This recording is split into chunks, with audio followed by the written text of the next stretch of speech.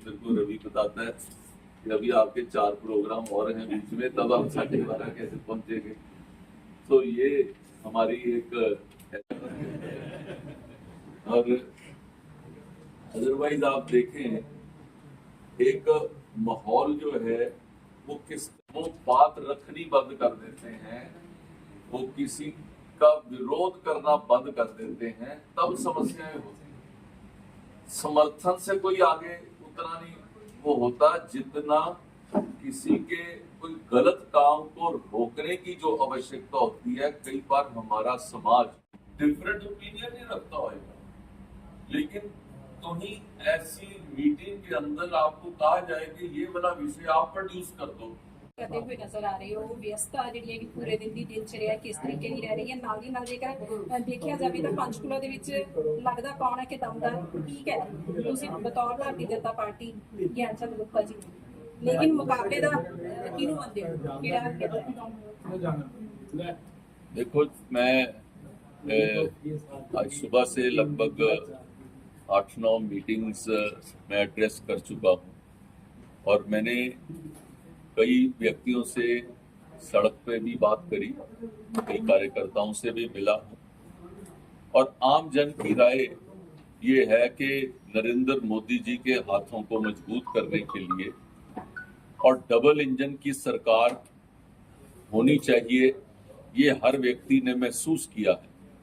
उस दृष्टि से भारतीय जनता पार्टी जो जीत की हैट्रिक बनाने की तरफ आगे बढ़ रही है और मुझे चारों तरफ लोगों से बात करने के बाद मेरा यही ओपिनियन है कि यहाँ पंचकुला में भारतीय जनता पार्टी के ज्ञानचंद गुप्ता जी एक बड़ी जीत की तरफ अग्रसर हो रहे हैं और पिछले 10 वर्षों में जिस तरीके से पंचकुला के में विकास के काम हुए उसकी झड़ी जो लगाई गई है, चाहे वो अस्पताल खोलना है, चाहे वो 63 KVA का स्टेशन खोलना है, चाहे आयुर्वेदिक का संस्थान है, चाहे निफ्ट को खोलना है, चाहे खेलो इंडिया पर यहाँ पर लाना है, ऐसी कम से कम जो है 100 चीजें हैं जो उन्होंने इस किताब के माध्यम से भी सब लोगों को बताई है। मेरा ये मानना है कि आप सब भी इसको एक बार जरूर देखिएगा और जो विकास पुरुष की तरह उन्होंने यहाँ पर काम करके दिखाया है, हर व्यक्ति को भी ये सोचना चाहिए कि ऐसा व्यक्ति उसको शाबाश देने के वक्त हम पीछे ना हट जाए। शाबाश एक व्यक्ति की यही होती है कि जब वो दोबारा चुनाव में आता है तो आप उसको फिर से जो है जीत हासिल कराते हैं, तो यही उसके लिए एक शाबाश होती है। तो आप सबसे भी मैं प्रार्थना करता हूं कि आने वाली 5 तारीख को कमल के फूल का बटन दबाकर आप ज्ञान जी को यहां से सफल करें और उनके साथ ही साथ जो हरियाणा के अंदर भारतीय जनता पार्टी की सरकार की हैट्रिक बनने की तरफ हम अग्रसर हों, यही मैं प्रार्थना करता हूं आपसे। ਟੰਡਨ ਸਰ ਜਿੱਥੇ ਮਹਿਲਾਵਾਂ ਦੇ ਬਾਰੇ ਗੱਲ ਕੀਤੀ ਜਾਂਦੀ ਹੈ ਤਾਂ ਹਰ ਇੱਕ ਪਾਰਟੀ ਦੇ ਵੱਲੋਂ ਦਾਅਵੇ ਤੇ ਵਾਅਦੇ ਵੱਡੇ ਕੀਤੇ ਜਾਂਦੇ ਨੇ ਕਿ ਮਹਿਲਾਵਾਂ ਲਈ ਵੱਡੇ ਪੱਧਰ ਤੇ ਕੰਮ ਕੀਤੇ ਜਾਣਗੇ। ਉੱਥੇ ਹੀ ਜਦੋਂ ਹੁਣ ਇਲੈਕਸ਼ਨ ਦਾ ਦੌਰ ਚੱਲ ਰਿਹਾ, ये रेवड़ी शब्द जो है ना जी, ये केजरीवाल जी के साथ, ये रेवड़ी शब्द कांग्रेस के साथ जुड़ता है। ये रेवड़ी शब्द कहीं पर भी भारतीय जनता पार्टी के साथ नहीं जुड़ता, क्योंकि आज तक जो नरेंद्र मोदी जी ने कहा है उसको किया है, जो उन्होंने गारंटी दी है उसको पूरा किया है। मैं आपको 10 तरह की चीजें गिनाता हूं जो दूसरे लोगों ने गारंटियां दी थी, कहा था, लेकिन आज तक नहीं किया। इसका मतलब सिर्फ वोट लेने की बात के लिए ही उन्होंने गारंटियां दी थी या वोट लेने के लिए ही उन्होंने बात कही थी?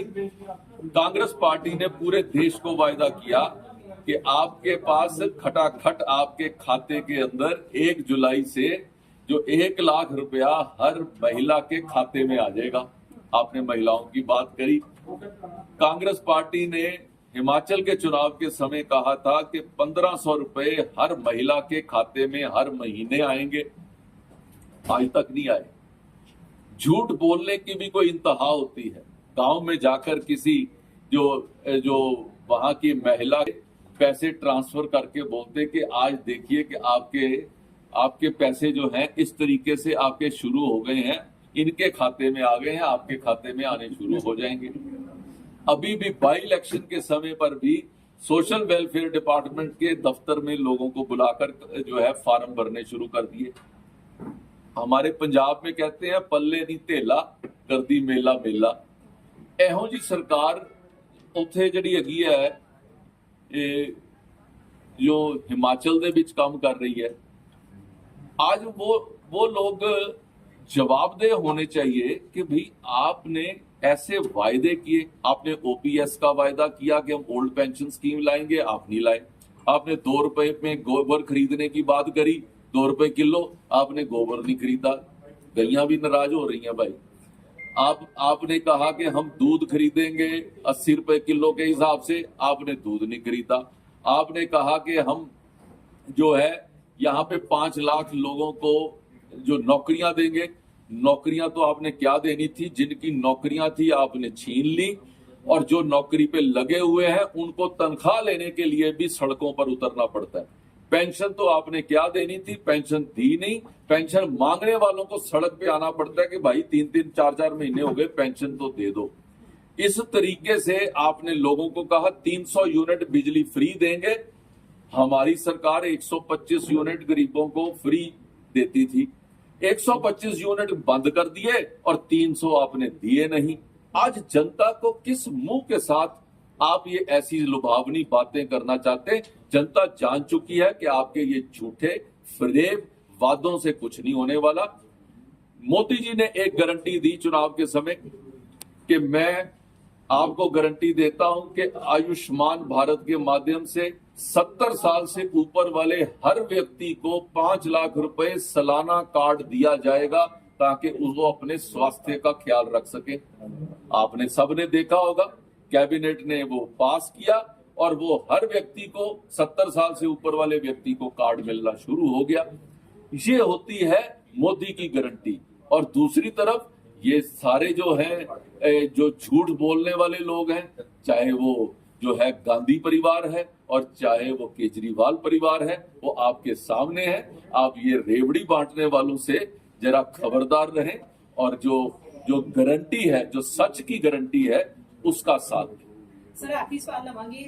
केजरीवाल ਜਦੋਂ ਕੇਜਰੀਵਾਲ ਜੇਲ੍ਹ ਦੇ ਅੰਦਰ ਸੀ ਤਾਂ ਉਸ ਸਮੇਂ ਹਰਿਆਣਾ ਦੇ ਵਿੱਚ ਹੁੰਦੇ ਨੇ, ਕੇਜਰੀਵਾਲ ਨੂੰ ਹਰਿਆਣਾ ਦਾ ਬੇਟਾ ਕਹਿ ਕੇ ਚੁਣਾਵ ਪ੍ਰਚਾਰ ਕਰਦੇ ਹੋਏ ਨਜ਼ਰ ਆਉਂਦੇ ਨੇ। ਤੇ ਨਾਲ ਦੀ ਨਾਲ ਗੱਲ ਕੀਤੀ ਜਾਵੇ, ਕੇਜਰੀਵਾਲ ਜਦੋਂ ਬਾਹਰ ਆ ਗਏ ਨੇ ਤਾਂ ਉਹ ਹੁਣ ਕਹਿੰਦੇ ਨੇ ਕਿ ਹਰਿਆਣਾ ਦੇ ਵਿੱਚ ਇਹ ਤਾਂ ਪੋਸੀਬਿਲਿਟੀ ਹੈ ਹੀ ਨਹੀਂ ਕਿ ਉਹਨਾਂ ਤੋਂ ਬਿਨਾਂ ਸਰਕਾਰ ਬਣ ਜਾਏਗੀ।